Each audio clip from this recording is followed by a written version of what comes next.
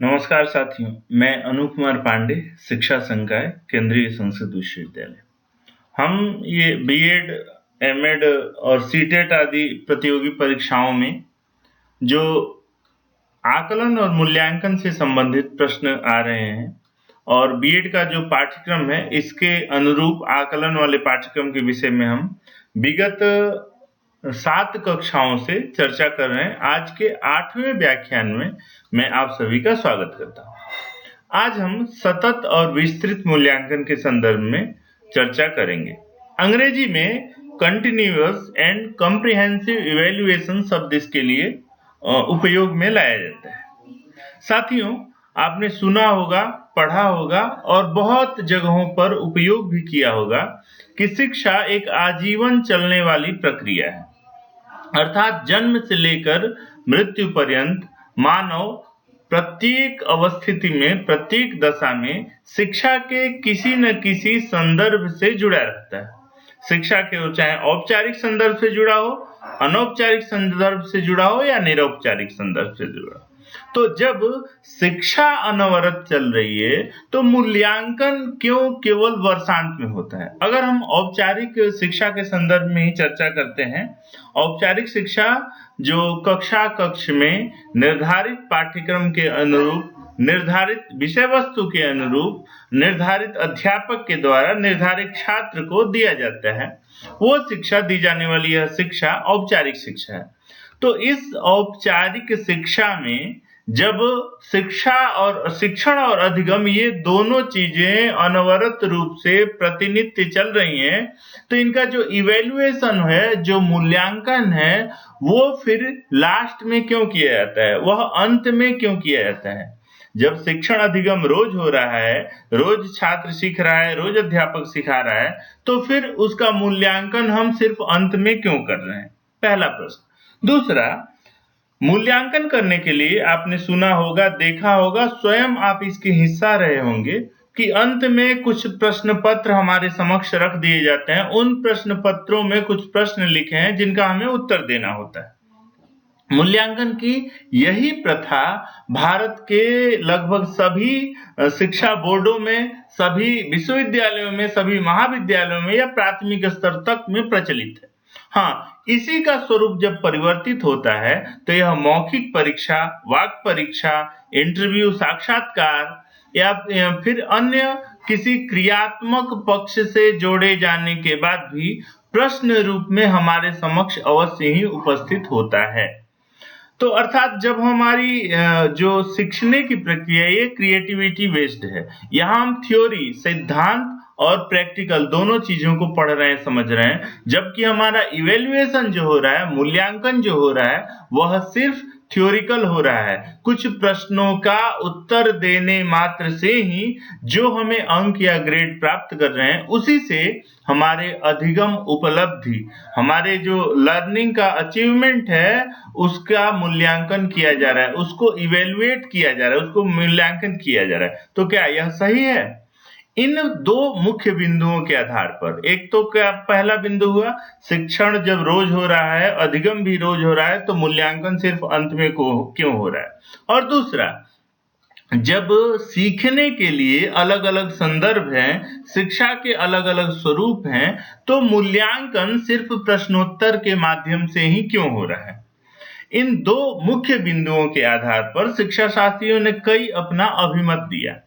इन अभिमतों को लेकर के जो एनसीए 2005 बना था, राष्ट्रीय पाठ्यचर्या की रूपरेखा जो 2005 में प्रस्तावित हुई थी, उसमें इन बिंदुओं पर चर्चा की गई और चर्चा करने के बाद इस सतत और विस्तृत मूल्यांकन प्रक्रिया को भारतीय शिक्षणाधिगम पद्धति में लागू किया गया। तो आज हम इसके विषय में पूर्णतः परिचर्चा करेंगे। आइए देखते हैं कब लागू हुआ। साथियों, ये सतत और व्यापक मूल्यांकन की जो व्यवस्था है, इसकी पृष्ठभूमि को जब हम देखते हैं तो पाते हैं कि सतत तथा व्यापक मूल्यांकन कंटिन्यूअस एंड कॉम्प्रिहेंसिव इवैल्यूएशन भारतीय विद्यालयों में क्रियाशील अर्थात वर्तमान समय में हम 2020 में आपसे चर्चा कर रहे हैं और इस समय यह भारत के विद्यालयों में पूर्णतः लागू है, दिखाई दे रहा है। यह मूल्यांकन की एक ऐसी नीति है जिसे 2009 में आरंभ किया गया। जब आपको पता होगा राइट टू एजुकेशन एक एक्ट आया था भारत में जो शिक्षा के अधिकार को प्रस्तावित करता है। इस राइट टू एजुकेशन, इस शिक्षा के अधिकार 2009 के अधिनियम के द्वारा ही भारत में लगभग सितंबर महीने में इसको लागू किया गया। 2009 के सितंबर और अक्टूबर से यह देखा गया कि भारत के प्रत्येक विद्यालय में और प्रत्येक राज्य सरकार के बोर्ड और केंद्रीय माध्यमिक शिक्षा बोर्ड से संचालित जो भी विद्यालय हैं उन सभी विद्यालयों में छठी से लेकर के और 10वीं तक के जो कक्षाएं हैं, इन कक्षाओं में जो है सतत और व्यापक मूल्यांकन प्रक्रिया को लागू किया जाएगा। ये सितंबर 2009 में भारत सरकार ने एक अध्यादेश जारी किया गया था, उसके आधार पर अक्टूबर 2009 से ये लागू है और आज भी इसी प्रक्रिया को भारतीय विद्यालयों में, भारतीय बोर्डों में लागू किया गया है। यहाँ पर दो मुख्य शब्द हैं, एक तो सतत और दूसरा व्यापक। मूल्यांकन शब्द को चूंकि हमने बहुत विस्तृत रूप से पहले भी चर्चा किया हुआ है और मूल्यांकन, आकलन, परीक्षण, परीक्षा, इन सभी बिंदुओं के बारे में विस्तृत रूप से हमने चर्चा किया हुआ है इससे पहले के आप लेक्चर देखेंगे तो, इसीलिए इसलिए हम चर्चा नहीं करते हैं। और दो मुख्य शब्द है सतत और व्यापक, इस पे चर्चा करते हैं। मूल्यांकन के लिए आप पिछला व्याख्यान सुन लीजिएगा, देख लीजिए, उससे क्लियर हो जाएगा।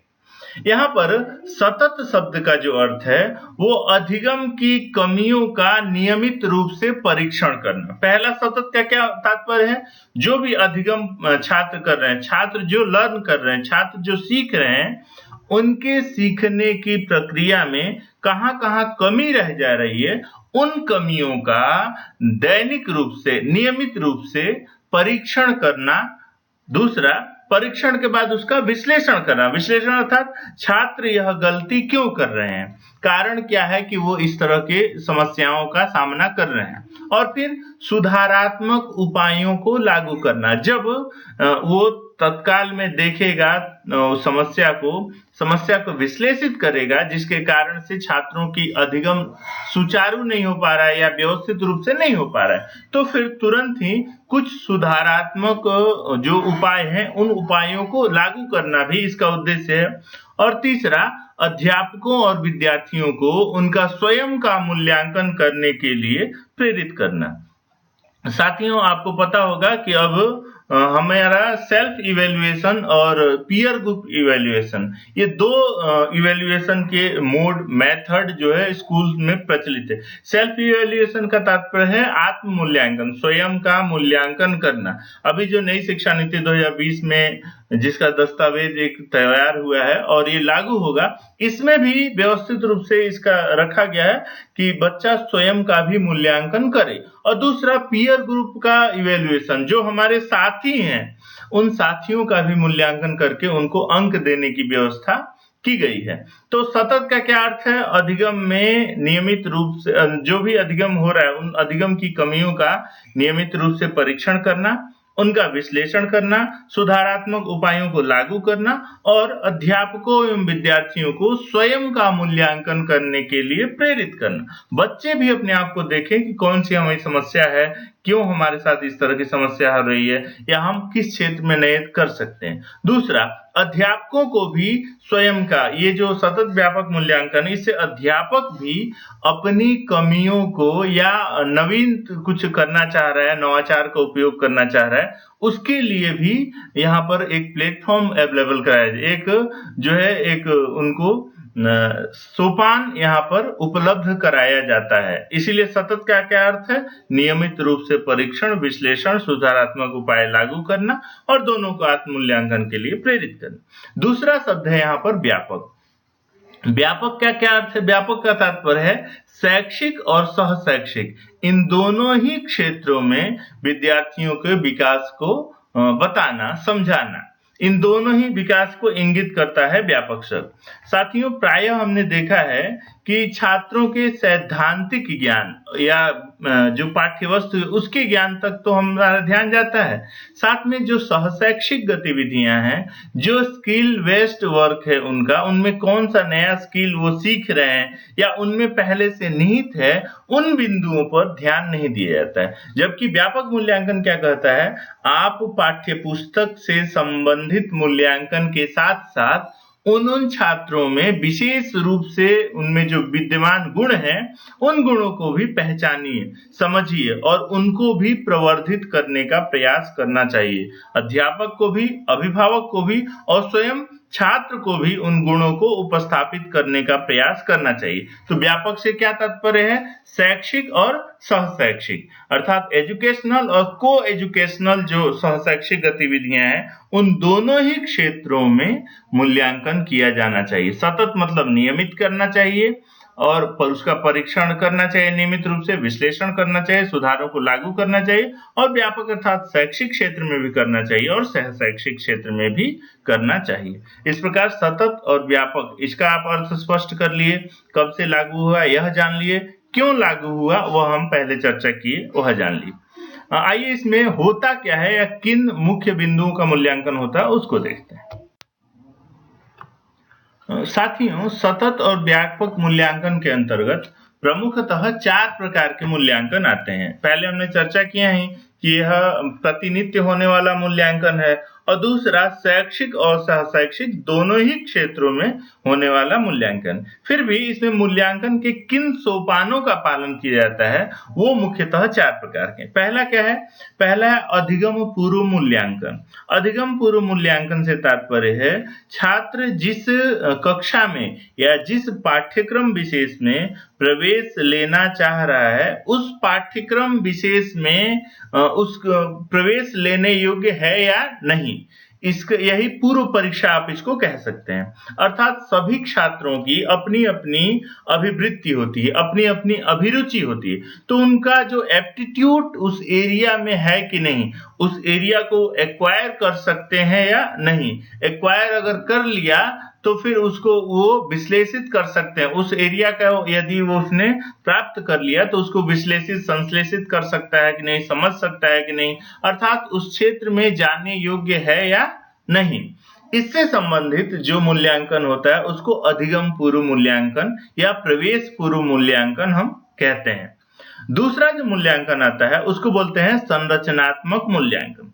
संरचनात्मक मूल्यांकन जैसे कि नाम से ही स्पष्ट है कि यह संरचना की प्रक्रिया में आने के बाद किया जाने वाला मूल्यांकन, अर्थात जब छात्र पाठ्यक्रम विशेष में प्रविष्ट हो जाता है तो उस रचना क्रम में, इस संरचना पूर्ण नहीं हो रही, ये ध्यान रखिए, पाठ्यक्रम की समाप्ति के बाद नहीं हो रहा, अपितु संरचना जैसे शुरू हुई, अब पाठ्यक्रम जैसे ही शुरू हुआ उसके मध्य में किया जाने वाला जो मूल्यांकन है, इस मूल्यांकन को संरचनात्मक मूल्यांकन के नाम से हम संबोधित करते हैं।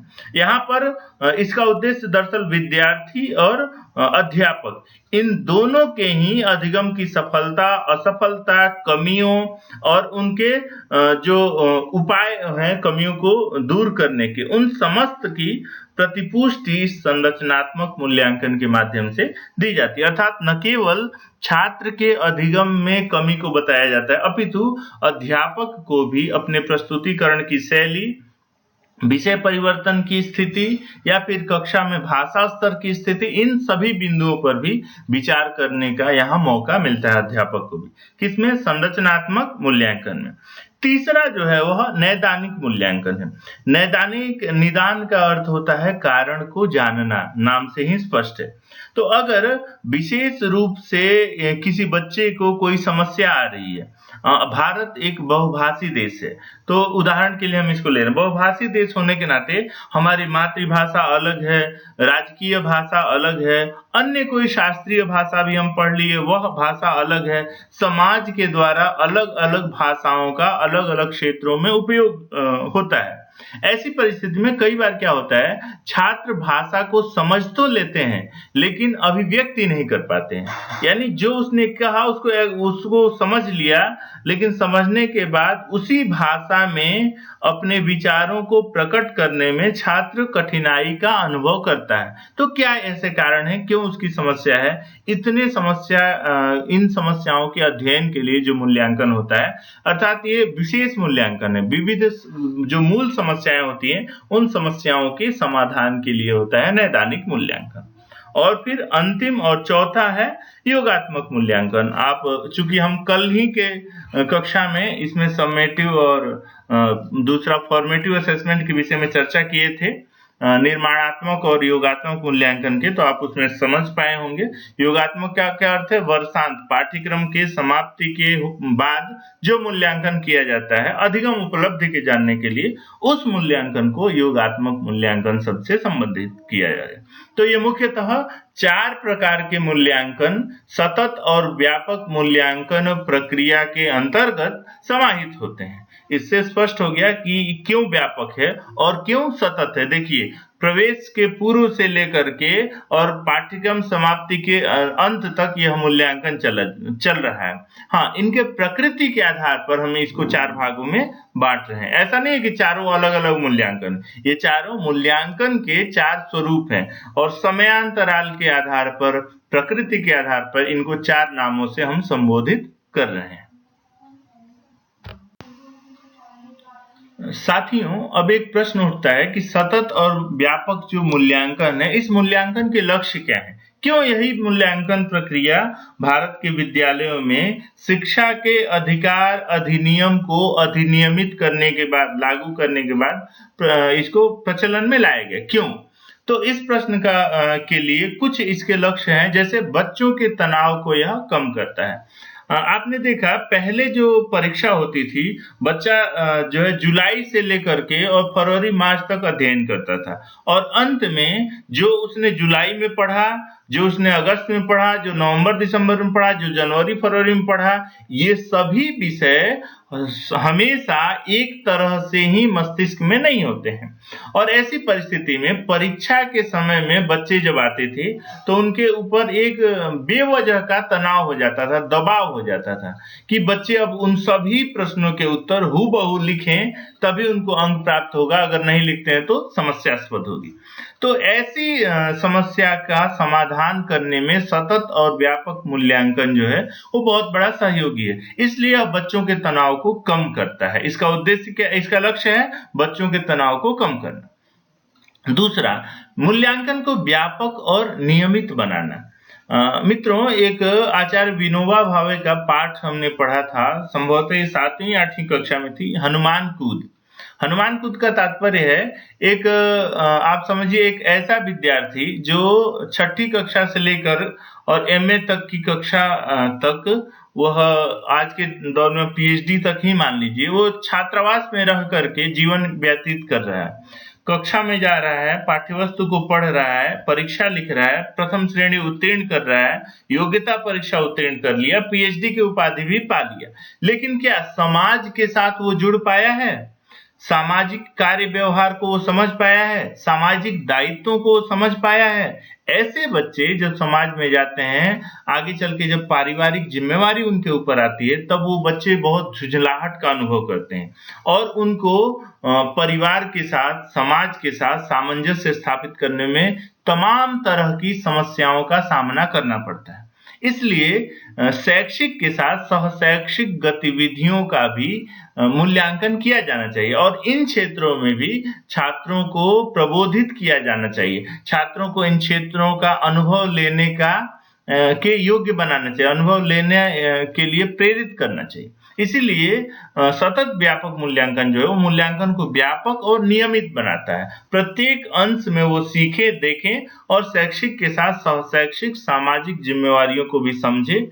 इन चीजों के बारे में भी इस मूल्यांकन प्रक्रिया में स्थान दिया गया है, इसीलिए इसको व्यापक और नियमित यह इसका लक्ष्य है। दूसरा, निदान को और उपचार के साधन प्रदान करना। अगर कोई समस्या आ रही है, बच्चा अगर सीख नहीं पा रहा है, तो निदान करना अर्थात कारण को जानना, क्यों नहीं सीख पा रहा है, और फिर उस कारण का समाधान भी प्रस्तुत करना, उपचार भी देना। यह भी सतत और व्यापक मूल्यांकन के लक्ष्य हैं। फिर रचनात्मक शिक्षण के लिए शिक्षक को स्थान प्रदान करना।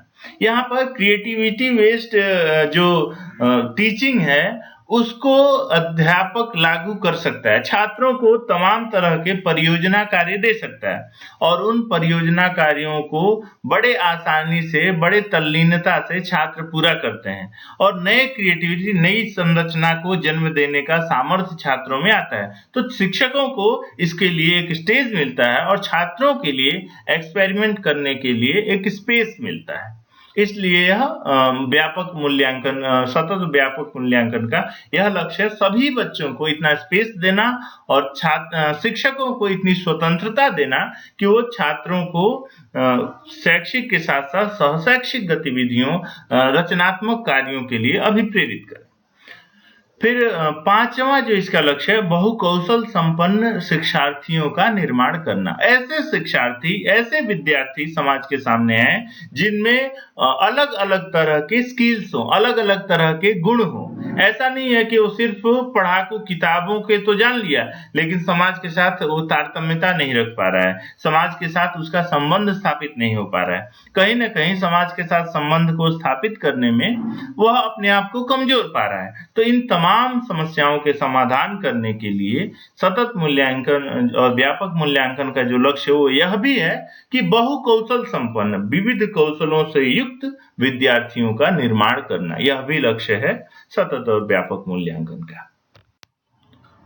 साथियों, यहाँ कुछ विशेषताएं भी हम देखें। ये लिखा है कंटिन्यूअस एंड कॉम्प्रिहेंसिव इवैल्यूएशन, विद्यालय आधारित CCE, C से कंटिन्यूअस, C से कॉम्प्रिहेंसिव और E से इवैल्यूएशन की इसकी कुछ विशेषताएं क्या है। पहली, यह पारंपरिक मूल्यांकन प्रणाली की तुलना में ज्यादा प्रभावशाली, अधिक व्यापक और सतत है। स्पष्टतः पारंपरिक अर्थात एक परंपरागत रूप से जो मूल्यांकन प्रणाली चलती थी, अर्थात 1 वर्ष बच्चों को पढ़ाने के बाद अंत में 3 घंटे का एक परीक्षा लेना और उस परीक्षा के आधार पर छात्रों को वो गणितज्ञ है और वो समाजशास्त्री है और वो वैज्ञानिक है, इस तरह से सिद्ध करना। इसके बजाय ये ज्यादा प्रभावशाली। क्यों? क्योंकि इसमें छात्र जो है वो शैक्षिक और सहशैक्षिक अर्थात सिद्धांत को पढ़ रहा है, प्रयोग को कर पा रहा है, साथ में उसका मूल्यांकन भी बहुत आधारों पर हो रहा है। उसके जो उसमें क्षमता है, उस क्षमता के आधार पर उसको विषय दिया जा रहा है, फिर उन विषय में वो विशिष्टता को हासिल कर रहा है। इसलिए ये ज्यादा प्रभावशाली है और व्यापक और सतत है, यह इसकी विशेषता है। दूसरा, इसका प्राथमिक उद्देश्य व्यवस्थित अधिगम और विकास में विद्यार्थियों की सहायता करना है। ये जो सतत और व्यापक मूल्यांकन है, इस मूल्यांकन का जो प्राथमिक उद्देश्य है वो है व्यवस्थित अधिगम और विकास। व्यवस्थित अर्थात क्रमबद्ध, एक के बाद एक, जो सिद्धांत जाना उसको प्रयोग करके देखा कि वास्तव में यह है भी या नहीं। ऐसा नहीं है कि पहले सिद्धांत को पढ़ लिया, उसके बाद स्कूल से निकले तो समाज में आए, तब तक बहुत कुछ बदल चुका है।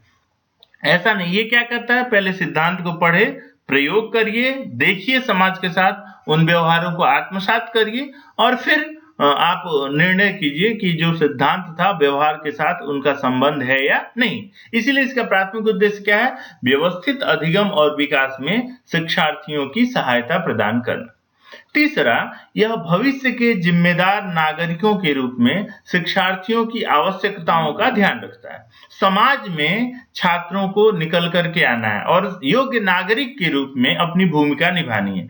उस आधार पर उनको सिद्धांत के साथ साथ समाज की आवश्यकताओं, समाज की विशेषताओं और समाज के जो रीति रिवाज, रहन सहन, वेशभूषा, क्रियाकलाप, बहुभाषिकता इत्यादि जो अंश हैं, इन सब के बारे में ध्यान में रख करके फिर इस CCE का, ये सतत व्यापक मूल्यांकन प्रणाली का उपयोग किया जाता है। इसलिए इसके माध्यम से योग्य नागरिक का निर्माण होता है। शिक्षार्थी अपने आप को समाज के सामने आदर्श रूप में उपस्थापित करने में समर्थ होता है। फिर यह अधिक पारदर्शी, अत्याधुनिक और शिक्षार्थियों, शिक्षकों तथा अभिभावकों के बीच सहयोग के लिए अधिक अवसर प्रदान करता है। अधिक पारदर्शी अर्थात जो हमने पढ़ा उसका प्रयोग करके देख लिया कि हो रहा है या नहीं, पारदर्शिता है। फिर अत्याधुनिक, अत्याधुनिक अर्थात यह स्किल बेस्ड है, प्रयोग को करके देखा जा सकता है। और दूसरा कंटिन्यू हो रहा है, ये सतत हो रहा है और अधिक उपकरणों का भी उपयोग किया है जिससे हमारे प्रामाणिक सूचनाएं एकत्रित हो रही हैं, प्रामाणिक सूचनाएं प्राप्त हो रही हैं। तो फिर शिक्षकों और अभिभावकों के बीच एक बेहतर सहयोग के लिए भी अवसर प्रदान करता है सतत और व्यापक मूल्यांकन। इन सभी विशेषताओं के आधार पर हम कह सकते हैं कि पूर्व में प्रचलित जो परंपरागत मूल्यांकन प्रणाली थी उसकी तुलना में ये सतत और व्यापक मूल्यांकन प्रणाली ज्यादा प्रभावी और समाज के जो बदलता स्वरूप है इसके अनुरूप है और एक योग्य नागरिक के निर्माण में ये सर्वदा समर्थ है। तो मित्रों, इस प्रकार हमने ये सतत और व्यापक मूल्यांकन प्रणाली के बारे में आज चर्चा किया। मेरा मानना है कि आप सतत और व्यापक मूल्यांकन प्रणाली की क्या आवश्यकता थी, क्यों इसको लागू किया गया, कब और किस स्तर पर लागू किया गया, सतत और व्यापक से क्या तात्पर्य है, इसके क्या लक्ष्य हैं, इसकी क्या विशेषताएं हैं, इन सभी बिंदुओं के आधार पर इसको बड़े ही विश्लेषणात्मक रूप से समझ पाए होंगे। फिर भी अगर आपकी कोई क्वेरीज होती है, कोई आपकी समस्या, कोई संदेह या कोई जिज्ञासा होती है तो आप कमेंट बॉक्स में लिख करके हमें सूचित करेंगे ताकि हम अगले व्याख्यान में आपके प्रश्नों का उत्तर देते हुए फिर वहां से अपने नवीन पाठ्यचर्या के विषय में चर्चा करें। तब तक के लिए आप सभी का बहुत बहुत धन्यवाद।